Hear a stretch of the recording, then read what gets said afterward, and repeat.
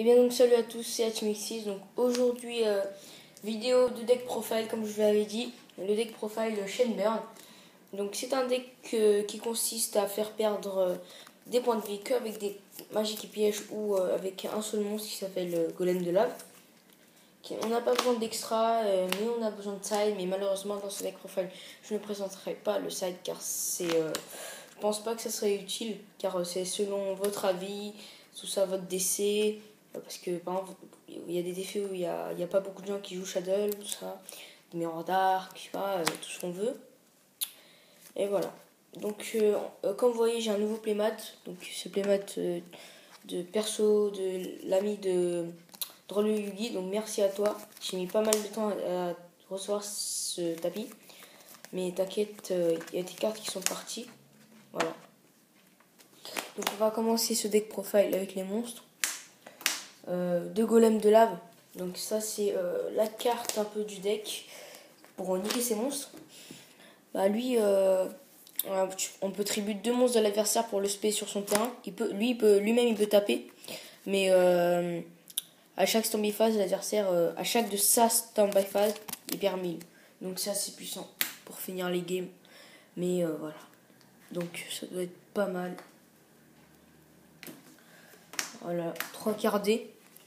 Donc ça c'est pour accélérer, vu qu'on ne joue pas de spé ni de normal summon. On peut que normal summon car D, opposé, Scarecrow, de ça quand on est vraiment en difficulté. Ensuite, 3 Scarecrow. Donc ça c'est pour empêcher les OTK ou les games, tu vois. Ou quand ça fait trop mal, genre 4000. Puis je joue 2 Maximen Deck. Pourquoi 2 Maximen Deck? Car dans ce format c'est assez fort. Avec Satellite Knight, Burning Abyss, Shadow, voilà, Yangzing. Donc c'est très fort dans ce format actuel et que ça nous fait piocher au moins 1 à l'activation de Maxi. Ensuite on passe aux magies. Donc je joue pas beaucoup de monstres parce que je joue que 12 monstres. Voilà. Donc c'est... Non, je joue que 10 monstres, excusez-moi. C'est certes c'est pas beaucoup mais bon. Donc désolé, il y a le portable. Ensuite 3 pots. Donc ça c'est pour accélérer encore. 2 Chain Strike, donc ça c'est un peu la carte du deck, c'est limité à 2, donc voilà. Lui, on peut l'activer que à partir du blockchain 2. Pour chaque blockchain qui suit avec lui, bah, l'adversaire perd 400, donc cette carte il faut la faire dans le dernier blockchain qu'on fait. Un One Day of Peace pour piocher et pour se protéger, hein. Ça fait un mal, vu que c'est limité à 1. Un Trio Jama, normalement c'est limité à 2, mais je préfère jouer en 1 car 2 c'est un peu trop. Ça se paye 2 tokens sur l'adversaire, il peut pas les tributes, ni les exis, il peut que les synchros. Et quand ils sont détruits, bah l'adversaire il prend 300. Donc pour chaque monstre détruit bien sûr. Donc c'est pas mal. Ça crée une blockchain et ça bloque l'adversaire. Ensuite la carte encore pour se heal ou pour se protéger. 3 beaucoup. Les monstres ne peuvent pas être détruits au combat ce tour et tu reçois pas de dommages de combat. Ou je crois qu'il y a une nouvelle texte, il dit pas de dommages, voilà. Au cas où carte D se prend un gros truc, je sais pas moi. Avec trop skill, Weiler, on paye pas le cost, on pose Waboku. Une phase, bah il veut taper carte D, bah on fait Waboku. Après on pioche, on met carte D en défense, ça nous fait au moins un monstre de protéger. Pas de protéger, mais nos life points de protéger d'une attaque. Un c'est le feu, c'est limité à 1 je pense, selon moi. Je sais pas, je vais aller voir après. Mais c'est très fort. Ça fait permettre de perdre 500 pour chaque monstre et contrôlé par l'adversaire. Car ça retourne d'abord les monstres face down en flip. Il n'y a pas d'effet flip. Bon bah 3 déserts seuls. Hein. Ça fait perdre 500 pour chaque monstre que l'adversaire contrôle. Ça crée une blockchain et ça fait perdre beaucoup de points de vie. Ça peut être très fort. Ça peut passer à 2005, c'est le max.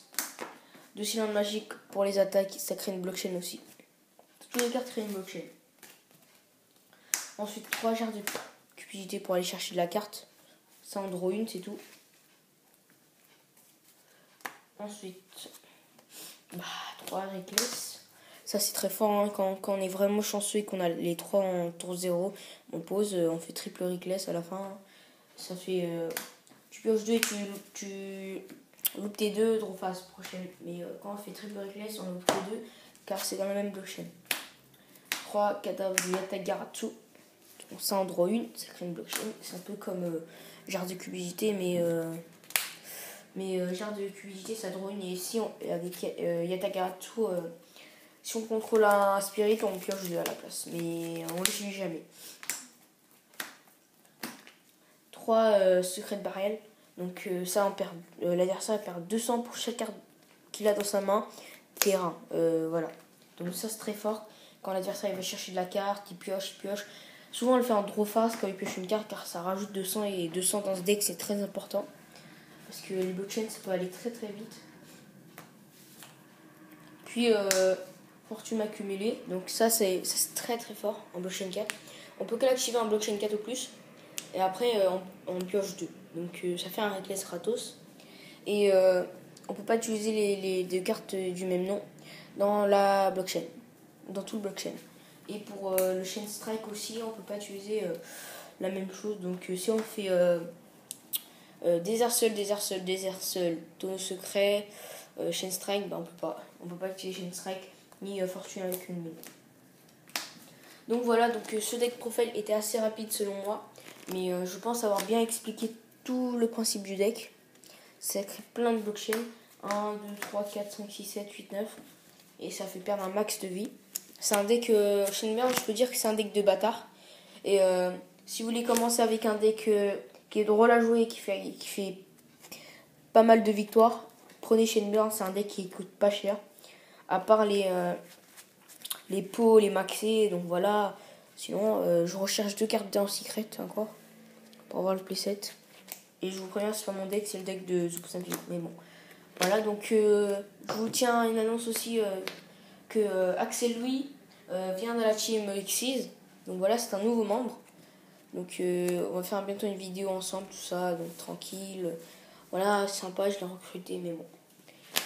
Voilà, je crois que prochaine vidéo, c'est un peu un trad builder. Car en ce moment, je recherche du Shadow et mon deck il avance vite ou deck profile Shadow. Si j'arrive à le finir très vite. Donc voilà, sur ce, je vous laisse YouTube. Allez, à plus.